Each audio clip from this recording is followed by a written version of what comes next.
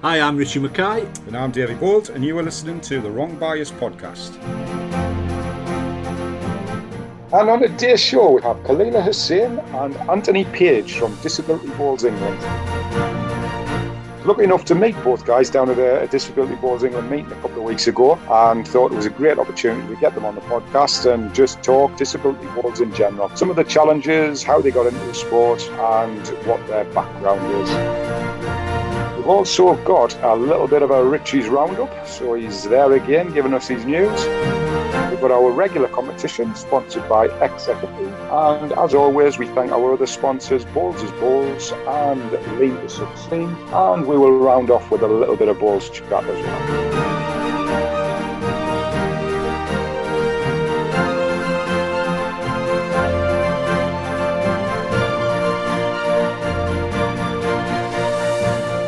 And here we are again, mate. Show number 37. Our anniversary is an alabaster. You're going to have to expand on that one because I haven't got a clue what you're talking about. An alabaster is a mineral or a rock that is soft. Exactly what I was thinking. Quite apt for us. One thing that's happened since we've last been on, Bowls England have held their 2021 county conference, and a couple of things that came out. One might be seeming a little bit trivial to a lot of people, but they're reinstating the badge presentation at the National Championships, which was cancelled this year due to COVID. The other one involves the actual draw of the National Championships.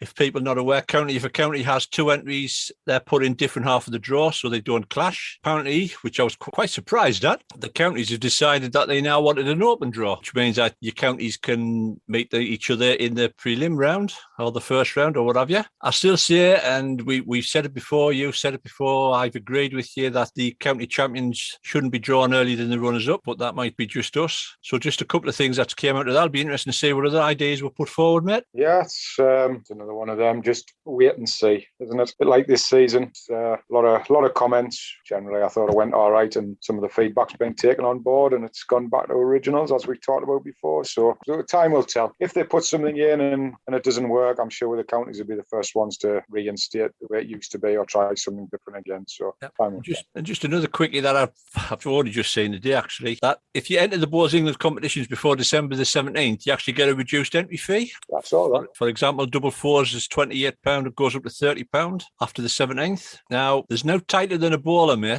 It's not unordinary for organisations to try and promote something. It's a good way to potentially get numbers up. Whether people buy into it, you've just hit the nail on there. It's like, how many times do we say it? Change. Yeah, it is. Dirty word in the sport. I've got absolutely no issues at all trying things. I think you've got to, because as we said before, if you don't try, you never find out. And I'll stick by what I always say. If we try it this year and it's not seen to be successful, then it's what to do the year after to try and compensate for that. So I think, we'll see. Yeah. Will it be an incentive? We don't know. There'll be people out there saying, well, why do I have to pay 30 quid now when it was 28 quid before? I just think it's giving people a stick to beat you with. The other one, and it's not a mourn. Well, it might be classed as a mourn, but here we go. Open singles circuit. When the Smiths decided to stand down from doing the OSC, the future of the OSC was up in the air. Thanks to the AIBA and Peter Thompson, he took it on board. It's just flying a little bit under the radar. I think it just highlights the job that Neil, Mandy, Lucy and Kate did for the OSC. And anyone who followed the OSC were probably boiled to a degree at the amount of promotion and information that you were getting from it. And I just feel that it's currently flying under the radar. The December Durham event got cancelled. Obviously, it clashed with the trials. I think there was illness and what have you. But no mention of it on the IBA homepage, not a thing. If you want to look at the OSC, you've got to go within the competitions. If you didn't know to look in the competitions, you wouldn't look at it. I just think they've just missed a bit of promotion. That's all I say. Facebook, plus my other thing is it now classed as 19 individual tournaments because there's no ranking list at the minute? Possibly. I do agree on the promotional side of things. I haven't seen a great deal on the OSC. I will say it is there. There is tournaments running, so got to give a lot of credit to the AIBA for actually taking that on, because they're not about anything. I think in defence of the AIBA as well, they were probably hit a lot harder with COVID than outdoors, so to speak, because as we know, outdoors was one of the key sports that were still allowed to get out there and do things outdoors, whereas indoors there was a lot of restrictions in place, and there was there was massive amount of work that went in to ensure that the indoor game could go ahead because there was calculations on air to base ratio, all of that thing. So, the AIBA team's not a massive team, and I sort of agree with you. I think let's see where it goes. It would be nice to obviously get it back to where it was, where there was a regular competition with a ranking list. But then I sort of teeter towards the fact of, with the change of the PBA format, you've now got a lot more PBA tournaments that a lot of people have been able to enter, and they have been really, really popular. So that's sort of possibly taken away a little bit of the OSC domination in some respects of what was available in that type of format. Previously, as we know,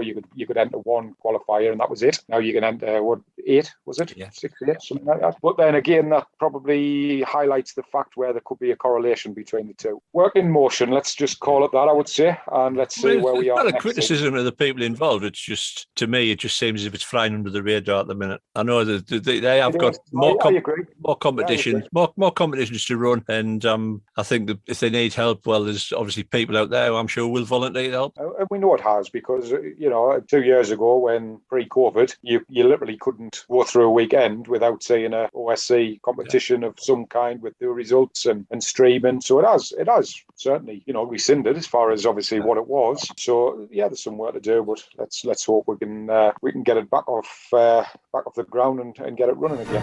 And now we kick the can down the street with Antony Page and Khalila Hussain. And on the podcast today, we have Antony Page and Khalila Hussain from Disability Bowls England. And they've come along to the show today just to have a bit of talk about disability bowls and how they got into the sport, and a few little conversations about maybe some of the challenges that exist within the sport as well, that I think we need to look at, and certainly clubs need to focus on for the future. But we'll get into that a little bit further on. I was lucky enough to meet both Antony and Khalila about 2 weeks ago now on a long old journey down to Bristol to meet them and meet the Disability Bowls team. So we thought it was an ideal opportunity to bring them onto the podcast and have a little bit of a chat. I think we'll start with Antony, if that's okay. A bit of an understanding about your sort of past and how you got into the sport. Yeah, I mean, I started bowling when I was 11, and I come from the Crown Green Bowls world. That's how I started, and all my family were involved. All my dad, my uncles, my cousins. You just tended, back in the day, you just tended to join in with whatever they were doing. Spent 22 years playing Crown Green, and then I relocated to Somerset. I came out the game. I wasn't going to play ever again. I thought after my Crown Green days, that was it. That was going to be it. But then a friend of mine, he introduced me to his local lawn bowls club. Straight away, I picked the book up again, and I thought, well, we'll give it a go, see how we get on. And that was in 2018, and I've been bowling ever since then. I mean, it's always within sort of just human nature, there's always a little bit of wariness about asking people what their disability is. Can you explain what your disability is within the sport? Yeah, I was born with kyphoscoliosis. So that's a severe curvature of the spine. And I was 8 years old when I was admitted to Birmingham Children's Hospital, and I had to have 2 operations to try and correct the curvature. It didn't work, but they did it so it didn't get any worse, sort of thing. But the one thing they did tell me, or tell my parents, that later on in life, as it gets older, there could be problems, things like that. So I've still been able to do day-to-day things and, carry on as normal. Fantastic. That's great. We'll come back to you in a second, Antony, and obviously we'll expand a little bit on, your challenges within the sport and how you've found things since you've came to the sport. So we'll just quickly we'll move on to Khalila, and obviously the same question to you, Khalila. What's your past and how did you get into the sport? My parents both bowled, my mum, my stepdad, and my children used to bowl. So long story short, my kids stopped bowling. I got bored. My daughter said, come on, Mum, find a disability group. You can do it. You've always been a sideline bowler anyway, so just find one. So I found one just about 40 minutes away from here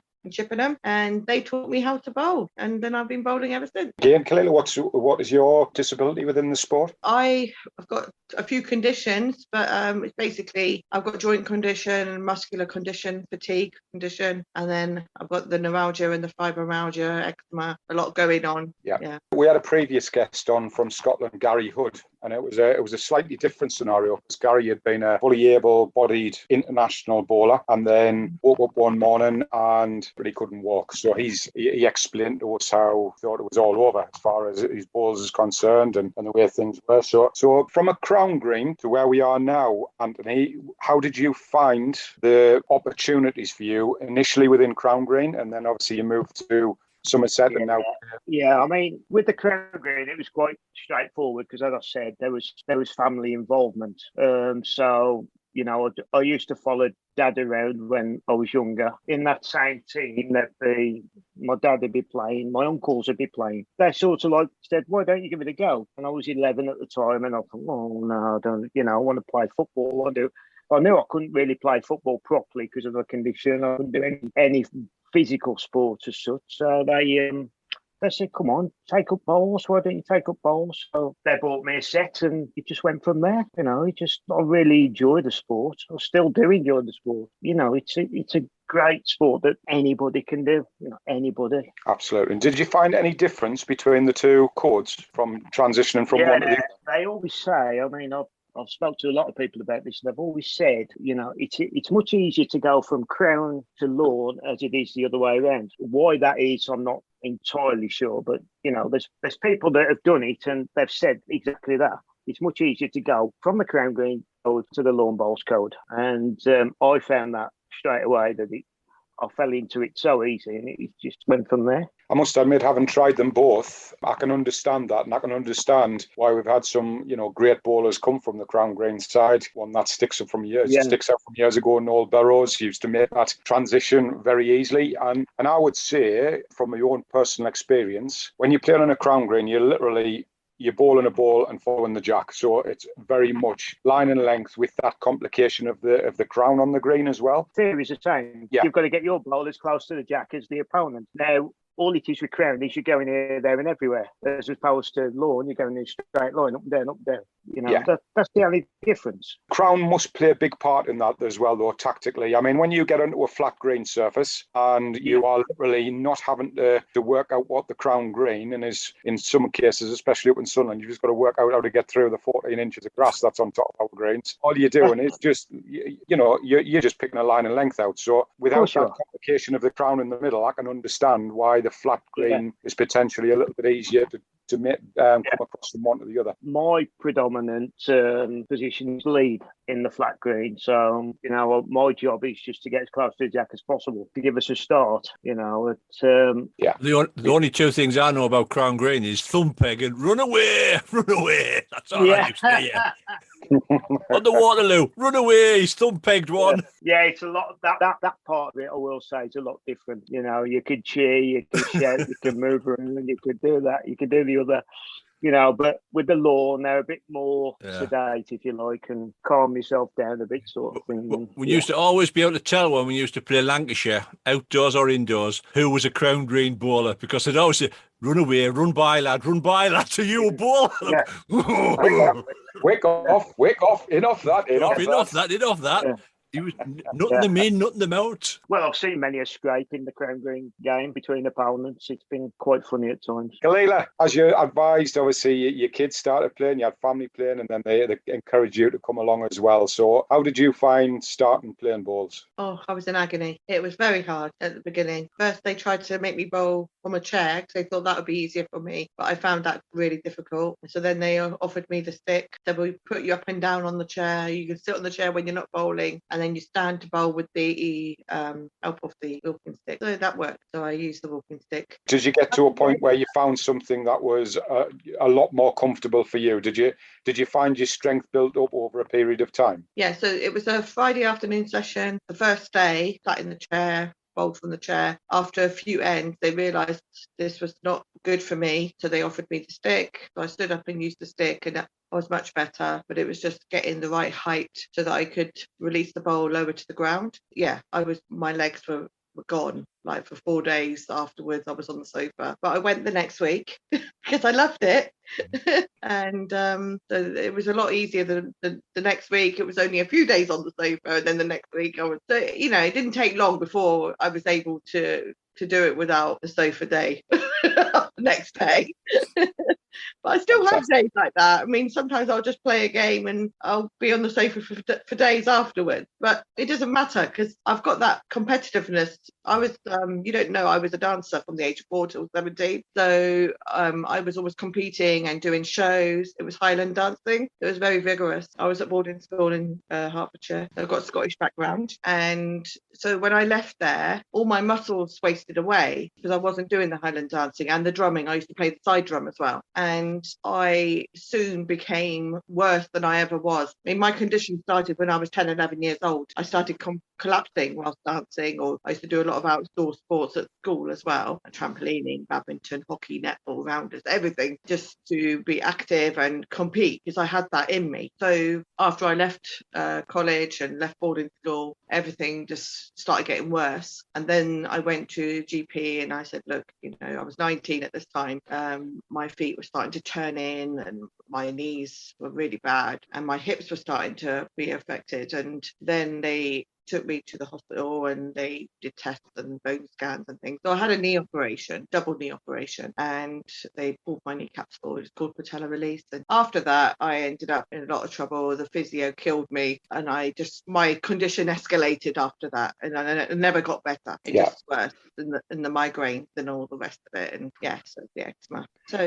So we've touched on the challenges or not so much challenges within the sport itself. Obviously, you participating in the sport. So whilst I was lucky enough to have a meeting with you, as we said a couple of weeks ago, I was quite intrigued. And Richie, we've both talked about this on regular podcasts. So I've always said, for me, I don't think we've even scratched the surface with what we can do with disability within our sport because it is massively inclusive. There is so many opportunities and we need, as an organisation, which we do, but also as clubs within that organisation and counties, really need to drive this disability message that you can play bowls regardless. There will be some disabilities out there that will not enable you to play the sport, but as we've talked about before, and I know we talked about him there, and I've talked about him multiple times, Bob Love is always an example that I use. Anybody who plays the sport will automatically think that you use your arm and deliver a ball with your hand. When you don't have that option, what do? Bob Love plays with his foot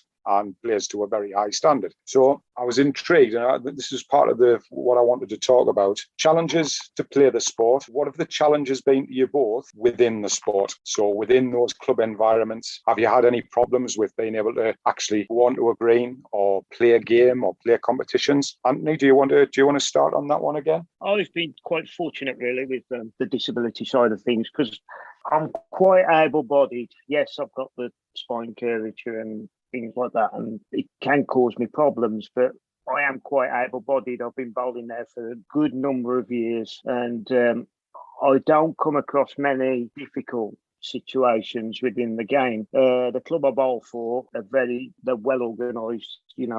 They accept anybody and everybody who's, if you can bowl, you're more than welcome to come and join the club and, things like that. So that's all good. But since I've been with DBE, I mean, the DBE has just really opened my eyes up to the old bowls and disability because you touched on it there, Bob Love. I mean, the first time I seen Bob Love, I had to pick my chin up off the floor. I couldn't believe what I was actually watching. And the quality, this I will say, the quality of the bowling from all these DBE members is just outstanding. I haven't had too much in the way of challenges. There's been times where, I've been in some pain at times, but I'm allowed to sit down or out of the game for a while and then come back when I'm ready. But now there's a lot more people out there with DBE that are having a lot of issues with regard, the amenities around the green, getting on the green, what they can use on the green, what they can't use and stuff like that. And it's, it needs to change. Absolutely. And it's great to hear, Antony, obviously, that you've got a club who are very supportive and you haven't had the problems that I have heard. And I'm sure, obviously, a good time to move on to Khalila, because there was one thing I remember listening that had happened to yourself, which I just found quite astonishing. Yeah, very sad remembering it. I wish I had nicer things to say, but I didn't have a great experience. When I wanted to learn how to play bowls, I contacted a local bowls club, not the club that I'm with now, and they didn't even give me a meeting. I was literally told, yes, we have a chair here, but we haven't got anyone qualified to help you on and off the chair. So I'm sorry, we can't help. So that's when I contacted the bowls club that's 40 minutes away, and straight away I was invited along. And I said, my condition is nearly invisible. You wouldn't, if you met me and I was sitting down in a cafe, you wouldn't think there was anything wrong with me. But there is. And would you still accept me to learn how to play bowls with your disability group? And they said, yeah, come along. And they were brilliant. And I still go there now on a Friday. But eventually I did join the other local club in my town, and they are brilliant. I keep my chair up there. They've never had an issue with me. I'm in the local league, the Yetton. I'm in the Yetton. My outdoor club's the same. I keep my chair up there. I'm in some of their S&D stuff, Swindon and District stuff. I play in the club comp, the leagues. They're great with me. I'm just another player. They help me, back to the car. We do top club. They'll help me put the chair back in the car, because obviously you have to go away from the club sometimes. There'll always be a couple of members that come to the car with me and help me put the chair back in the car. So they're really good. There was an issue with your motorised wheelchair on one of the greens, wasn't there? That was very recently. Okay, so when we arrived at this local club for our Yetton competition, I was told that they'd already asked the carpet people if I could take my electric wheelchair onto the carpet, and they said no. So I said, what are we supposed to do? And they said, well, we've already drawn the rinks, and when you're on 3 and 4, and there's nowhere for your chair to go outside of the rink. So you're welcome to use one of ours, manual ones, our Bradshaw ones, and somebody from your team can push you up and down. I said, well, that's a bit unfair to ask them, push me up and down. Anyway, one of my team said, I'll do it. And we looked, and the wheelchairs were padlocked with a chain, and no one had a key. So I said, what are we going to do now? So they said, oh, we'll ask the other skips if they mind if we put you on rink 1. So you can stay outside of the rink when you're not bowling and ride up and down outside of the rink on the carpet. I said, okay. Well, my skip wasn't really happy about that, because she wanted to bowl next door to the other rink that was happening. But she agreed, and that's what we did. So every time I took my go, I had to step off the green, get back onto my wheelchair, sit there while the other people had their goes, because I was playing lead. And that's what we did for the game. Thankfully, it didn't affect me too much, but I was really tired afterwards. Did you beat them? Yeah, we were the only winning rink. Get in. Every cloud has a silver lining. Yeah. It was like 21-8. Oh, even better. Didn't let them in double figures. We had a good game. For years and years and years, we've had this. We wonder why the sport's so far behind. We've had people turn around saying, oh, no, you can't go on the green with trainers on. It damages the green. Oh, no, they've got to be flat. You've got to wear them lovely brown things that are like wearing Right. 2 pieces of wood on the bottom of your feet. Now everybody's got sore backs in the sport because they've done nothing but pound on a flat, hard pair of shoes for about 20 years until they actually start to realise, oh, hang on a second, these trainers do actually work. It's amazing that. Never ever seen a pair of trainers do a damage to a green. And this is what you'll have found different, Antony, I've no doubt, coming across from Crown Green. Exactly. I mean, with Crown Green, you can wear trainers. Yeah, I mean, you've got to be sensible. You can't go on with high heels or, work boots or things like that. But any pair of trainer, flat. Well, it doesn't really got to be flat, really, in the Crown Green. But then I've come over to this, and yeah, you've got to wear the correct gear. But some of the excuses they come up with is just, well, it just don't make sense. And there'll be more later in the show. Right, mate.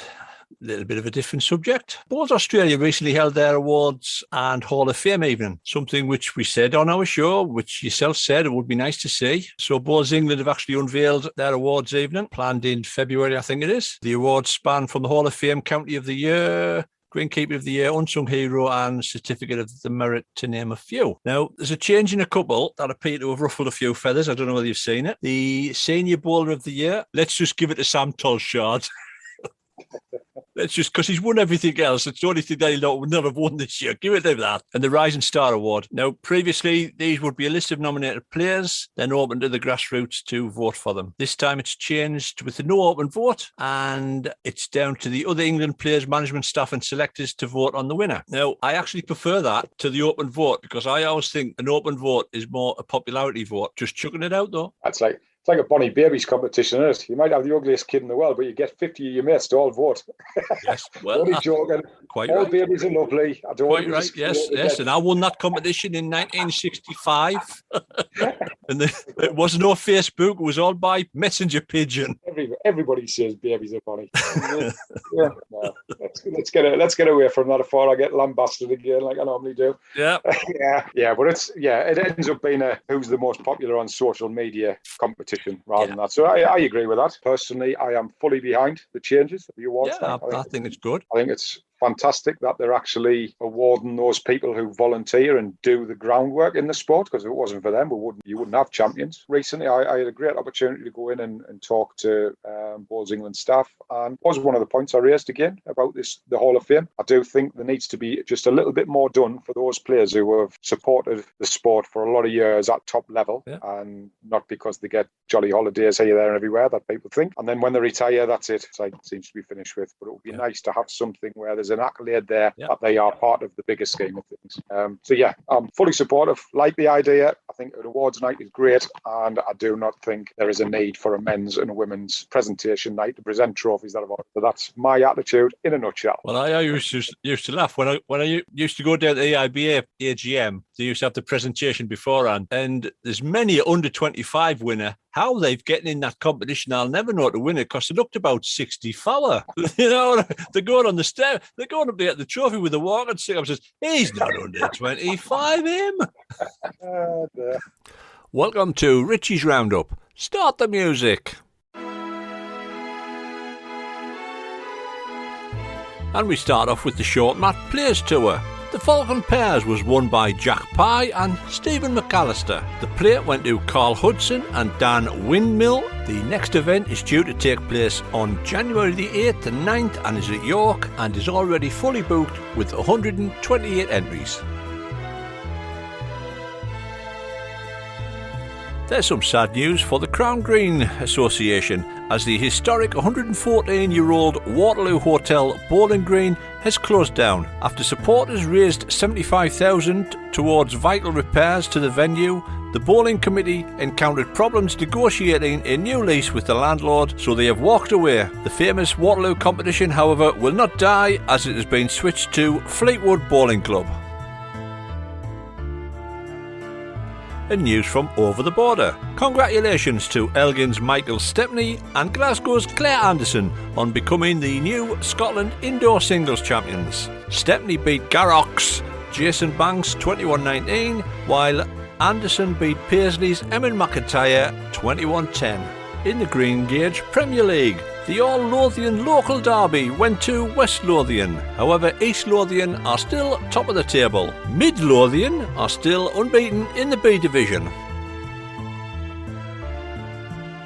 Congratulations go to West of Scotland's Amy Harris and Mid Lothian's Amy Borthwick on their first under-25 caps. They'll make their debuts in the series at West Denton in February. In the lad series, East Lothian's Aaron Betts and Turriff's Lee Trotter have also been handed debuts. And news from the valleys. Bowls Wales are to commission an independent report of the sport of bowls in Wales. It will cover the indoor, outdoor, short mat and crown green codes, and it will be focusing on structure, governance, development, performance, safeguarding, coaching, communication, PR and marketing. It is expected to commence before Christmas. And there are 5 new Welsh caps in their under-25 squads. In the women's, there's a new cap for Borinans, Alice Booton. In the lads, Cannon Valley's Jack Davis, Cardiff's Corey Bayless, Rhonda's Joe Price and Izzy Wayne's Jack Mounty have all been handed debuts. The women's squad will be captained by Port Talbot's Sophie Davis, while the lads is captained by Newport's Ryan Boots. And news from England. The AIBA have released their ranking list. Spalding's Graham Smith and Norfolk's Catherine Rednall sit top of the tree. The latter stages of the women's under-25 singles will take place in January at Spalding. Holder Nicole Rogers faces Hartlepool's Devon Cooper in the last 16. And the latest winner of the Open Singles circuit, Jamie Walker, beat Martin Heisman 2-0 in the final to take the Westallcott title. Sadly, we have no news from Ireland. If anybody can point us in the right direction, just drop us a line on our Facebook page. Right, mate, in our 23rd podcast, Two Leg Ends in a Can, we highlighted our concerns about the proposed changes of the Women's Home International Series turning into a top 10 format. That was us. Yep, back in 2020, we highlighted it. Nobody else seemed to pick up on it a great deal. Well, it appears the men's event is also under the microscope, and thanks to social media, there is a help save the Men's Home International Series and British Isles Championships, and it's mainly been set up by top-name Irish bowlers, giving their own experiences of playing in the series, which actually, when you listen to them, they're good listen, good chat. The latest online Inside Bowls mag has a very good article on the subject by David Rees-Jones. Like we said, we thought it was a backward step. The silence from the various national government bodies seems to speak volumes, and also the silence from the 3 of the 4 home nations also seems to speak volumes. Ideas, mate? Thoughts on it? Top 10 format, international series, losing opportunities? Well, I mean, to reiterate what I said back then in show 23, I like it. I'll be quite blunt about it now. I think the fact that, not just the 4 players that you're potentially losing, but then, even players as reserves who get the opportunity to come along and maybe get that chance. I don't want to go against what I'm turning around and saying about changing the game and seeing different things happening. But sure, there's a place for both, Davey, isn't it? Yeah, I agree. And that's exactly what I was going to say. Yes, the calendar's tight, but if they want to do this type of thing, then do it, but not at the expense of what is, for me, framework and the structure of your future of the sport. As we said back then with the women's, as soon as you start to lose those, not to say bottom end international bowlers, but not your elite group, when you start to lose the potential for them to grow and learn, and you've got the potential also to lose them out of sport. There'll be a lot of lost opportunities, lost faith. It's a strange one. I can only, again, it's our opinion. I disagree with it. I think as a spectator event, you'll get more spectators in as the format that it is now than you would as a top 10. I just, how many years have we turned around and said that the event that should be televised is the international series? Whether that be at under 25 level, women's, men's, whatever it would be, we've always said, if you want to show the sport off for exactly what it is, get them along to the game that is the one that decides the international championship. We saw it last one when I was there, Ireland. Won it over up in Scotland. Scenes were fantastic. Went down to the last ball pretty much, and we've seen up at Stanley in the indoors where England against Scotland, there's been 800 people in there absolutely screaming and shouting like a football match. And my Scottish uncle at the time, God rest his soul, actually came up, and I thought, he'd be loving this. And he twisted and moaned like nothing else, because he says, came along thinking I was just going to watch a nice game of balls, and he says, all I've had blooming screaming and shouting in my ear, and I'll not be coming back again. But it's like, he's probably the first international match he'd ever been to, so there was a non-expectation of it being like that, and I think we'd lose that. Yeah, you're just not going to get that excitement and generation of like cumulative supports like you would for 4s on a rink. Yeah, 4 for me is the pinnacle of the game. It's nice to have singles and pairs and triples, but 2 balls, man against man, 4 against 4 for me is what epitomises balls at top level. Gladiators going head to head.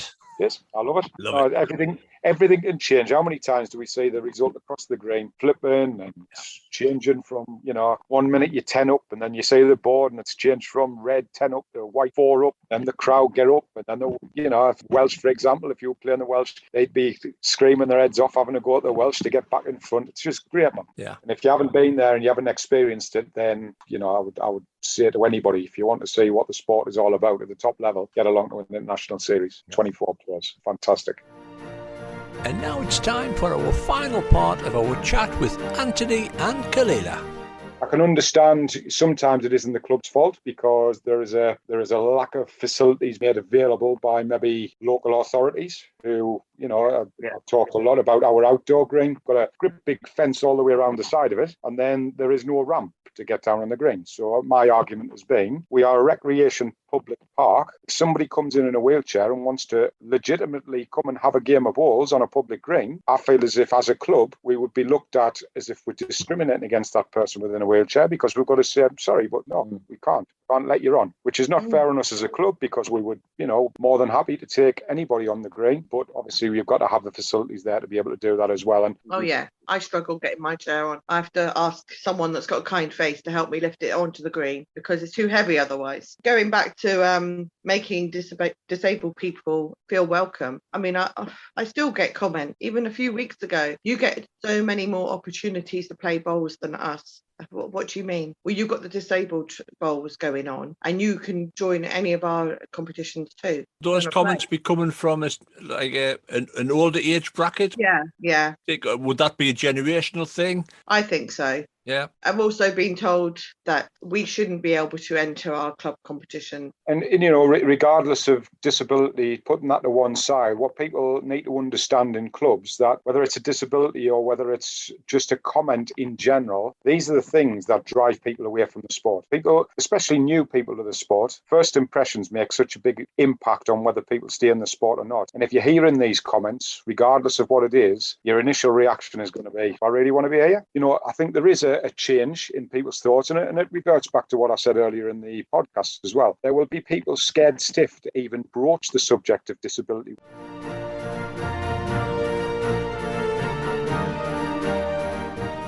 Sport itself, part of it needs to change. I'll go on about dress code. I've always said about dress code. In the Crown Green, you wear what you like. In lawn bowls, you have to be either greys or whites. In this day and age, I think you need to get away with that. Okay, club shirts, that gives you your identity. White trousers, do we really need them these days? And I think, the little things like this are stopping people from getting into the sport, especially youngsters, because of what it is. It's what your granddad plays, according to a youngster. It's what granddad does. They play bowls, or I'm not playing bowls for granddad. Well, no, it's not. It's for everybody. I mean, it's something that we've getting on about it. You can go to a bowls retail and buy a coloured shirt. You go to your club, you can't wear it.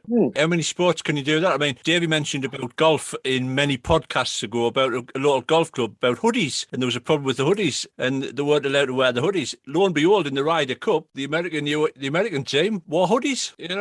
I think bowls itself times just shoots itself in the foot. Yeah. I think as well, it doesn't enough promotion, does it? Especially from TV, it doesn't get enough. Can I say there's bigger sports out there that get the TV coverage? Bowls is a sport as much as football, rugby, golf, tennis. It's still a sport, but it doesn't get that. Unfortunately, the problems that we're talking about there work hand in hand, because the TV companies are there to sell people watching, basically. Yeah. They want people on there. So because of the perception of the sport, it is improving. Australia, we mentioned over and over again, have improved the sport no end as far as televised opportunity. So we have got to learn from that. So without touching on that one again, but you watch the Commonwealth Games, and there's a lot of people who will watch the bowls on the Commonwealth Games, or they'll watch the bowls on Potters, and they still enjoy it, just need something different. And as a group who play the sport throughout the country, it is very much a minority, and it will be the same within the disability circles and the same in the sport in general. It is the minority that seem to rule and create these silly barriers that are stopping the sport from going forward. And it is improving. We talk about it all the time. But,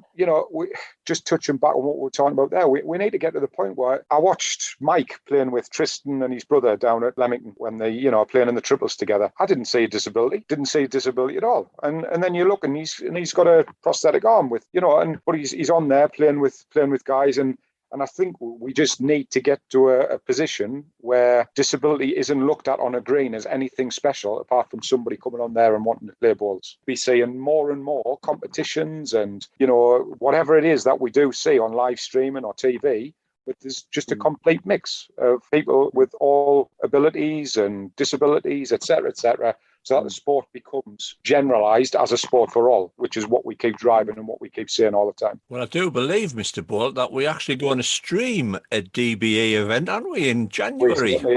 We certainly are. A North v South event up at Stanley. I think it's in the top 10 format, which we're going to stream, which I think will be the first. I don't think there's been any DBE events streamed, David, I don't think. No, I don't think so. And again, this is exactly what I mean. It's going to be a nice mix because there has been a lot of clubs invited to put a team in and a rink in. So it is going to be an event that has got a mixture of able bodies and disability bowlers. And it will just be great to see everybody on the green. And that's exactly how it should be. The only downside will be me and Davey's commentating. Well, hopefully Davey's not going to be commentating because he might have something else on that day. Yeah, that would be nice. Yes, wouldn't it? I know human nature, like some men don't like to get beaten by women. Some able-bodied people don't like to get beaten by the disabled person. That's human nature, but don't make trouble for them. Just accept that this happened and move on. Yeah. Human nature should also state, Khalila, that we shouldn't even be thinking about that type of thing.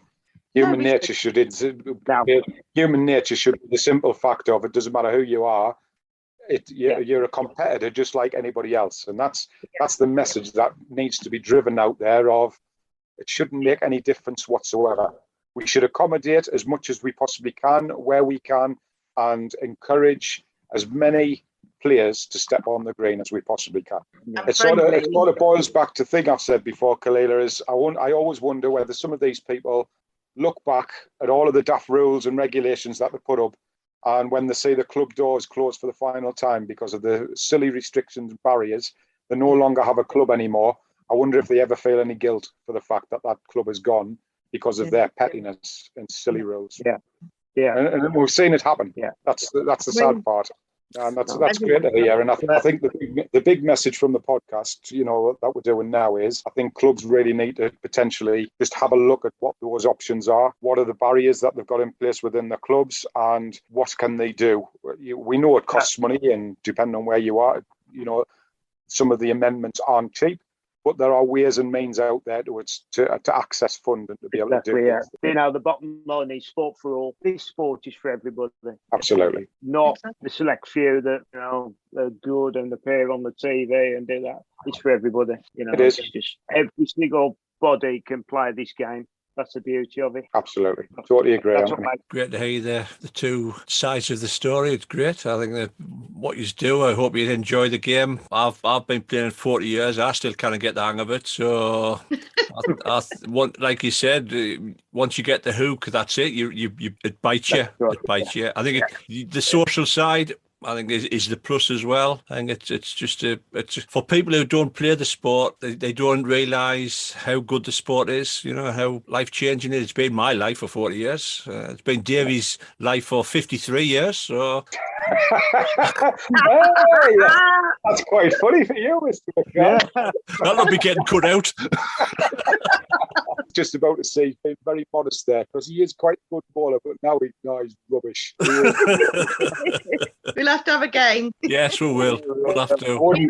Me and Ant against you two. Yeah. Khalila, I would just book a ring for half an hour and you have a game of singles against Richie, because it'll save you a fortune and it'll not take any longer than that. Yeah. I'm left-handed. My disability, I'm left-handed. Is there anything else you'd both like to just close on with regards to your sort of thoughts about our conversation or things that you've seen within the sport? Just like we've reiterated, we both reiterate sport for all. There's no disability, there's no gender gap, there's no, there's nothing stopping anybody playing this game. The sport itself has been through some tough times, to recruit new bowlers, and it seemed to be like if you weren't part of the family that were bowling, you didn't bother. Back then, but now things are changing, and they're changing for the better. These bowlers that we've got at DBE, they're good bowlers. They are really quality, good bowlers, and they can hold their own against almost anybody, and that's that could only be a good thing. Brilliant. And yourself, Khalila? I just want to say that bowls has given me a life, because when my kids grew up and stopped bowling, I was just sat on the sofa, and now if I'm not bowling, I'm on the sofa, but at least I'm not on the the sofa all the time. I try and bowl as much as I can. It's given me muscles again, core strength a bit again, and just giving me that competitiveness that I missed from my youth. I love it. Fantastic. And just before you go, the one thing I certainly want to say is that I have massive respect for the charitable organisation called Disability Bowls England, because you do have to generate their own funds. They do a fantastic job. They have given so many people many opportunities, continue to do so, and continue to drive the disability aspect of the sport. So, anybody listening out there within England who want to support the charity, that is Disability Bowls England, to give more people opportunities, then all I would say is get in touch with them and help wherever you can. Great stuff, guys. Well, it's been a total pleasure having you both on. Been lovely having a laugh and a chat. Thank you. Thank you very much. Thank you. Taking the mickey out of Richie, which is just par for the course now on the podcast. Thanks for coming on. It's been a pleasure, and we'll obviously catch up at some point. Yeah. Thanks Okay. for having us. Nice to meet you. Thank you. Cheers. Cheers. Thank Yes, you. guys. Take care. Cheers. Bye. Bye. And it's competition time. Thanks as always to XX20 who support and sponsor the competition. And we've got a really easy one for you this time. So we've had two great disability bowlers on the show today, Khalila and Antony. All I want to know is, what is the governing body within England who looks after disability bowls? So send us either a comment on the Facebook post, you can either drop us a message, or you can drop us an email on wrongthebias@hotmail.com.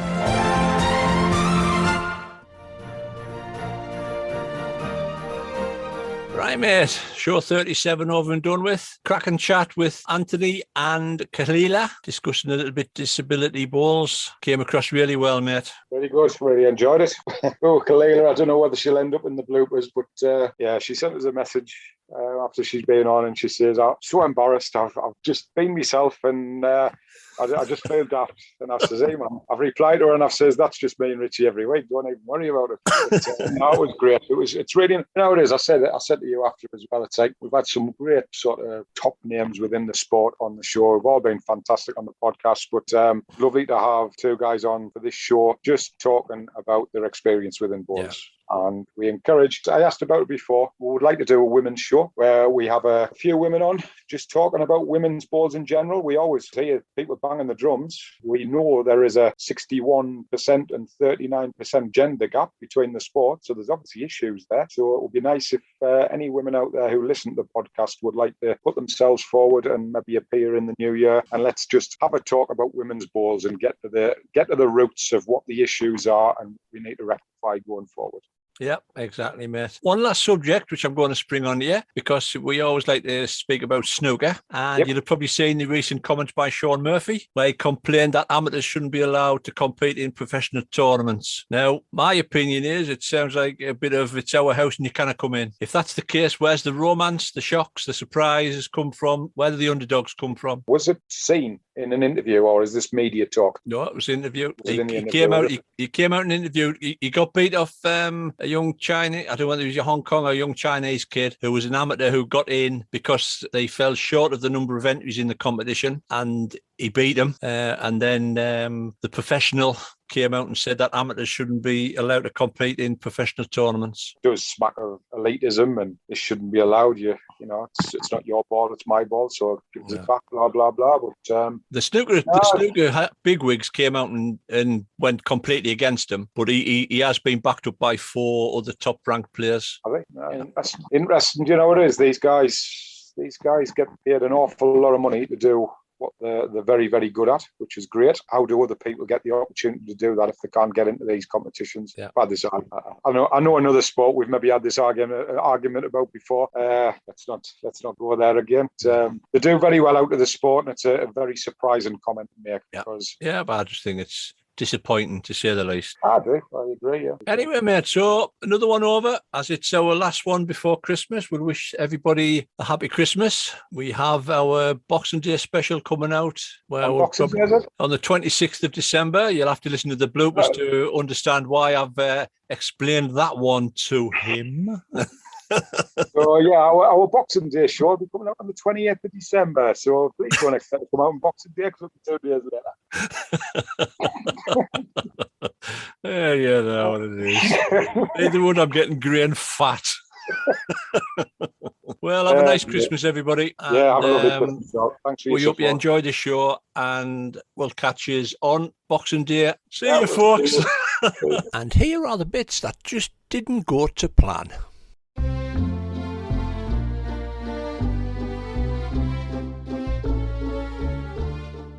And on today's show, which is show 37, we have Khalila, Hussain and Antony Page. Sorry, Antony Page.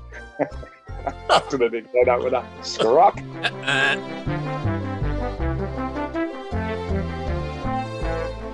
Right, there we go, mate. Show 37 over with. Last one before Christmas. No, it's not the last one. We'll do it again. It's not our last one before Christmas. It is our last one before Christmas. No, we're doing the one on the 19th, won't we? They come out on Boxing Day. We're doing one on the Boxing Day, aye. That's right, aye. So if we do one in a fortnight's time on the Sunday, then that'll come out on Boxing Day, won't it? 7 days later. That's right, aye. Right, we'll start again, then. 19th. When's it coming out? Boxing Day, so we'll have to wish them happy Christmas at the end of this. Right, that's that. Boxing Day is usually the 26th of the month. I don't know if it changes every year, but I'm sure it's the 26th. I don't know, I think it might change,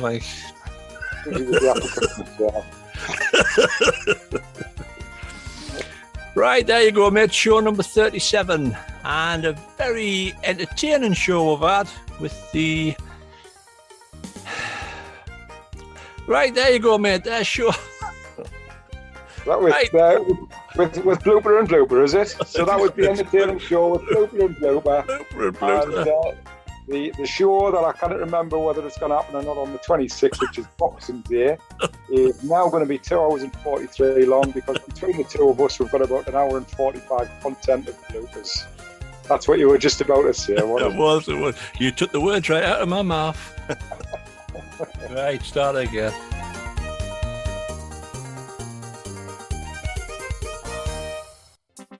We hope you enjoyed the show, and we'll catch you on Boxing Day. Thank you.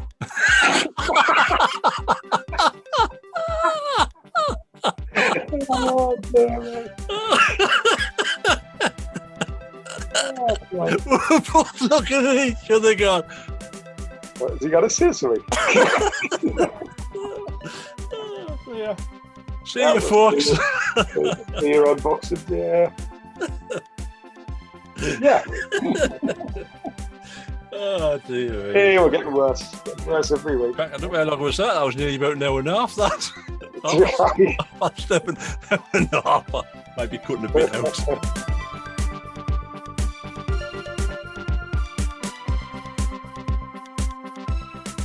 First round of the Yeton Club, we turned up at a different club and they said, sorry, Khalila, we asked the carpet people if your chair could go on the carpet, and they said no. So we've drawn the rings, and we've drawn those 2 rings, but your chair can't go down the side of there because there's a pillar in the way. And I said, so what am I supposed to do? Oh, we'll have to ask if everyone's okay with us changing the rings so that you can go down the side or outside of the ring on the public carpet and car park.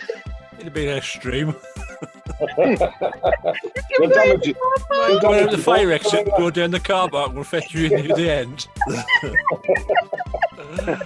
You want to the car park? Oh, dear. Right, so sorry, Khalila. Hello, Khalila. Sorry, you can't take your chair on the ground. Oh, sorry. There's a lot of editing to do here. Yeah, he's good at it.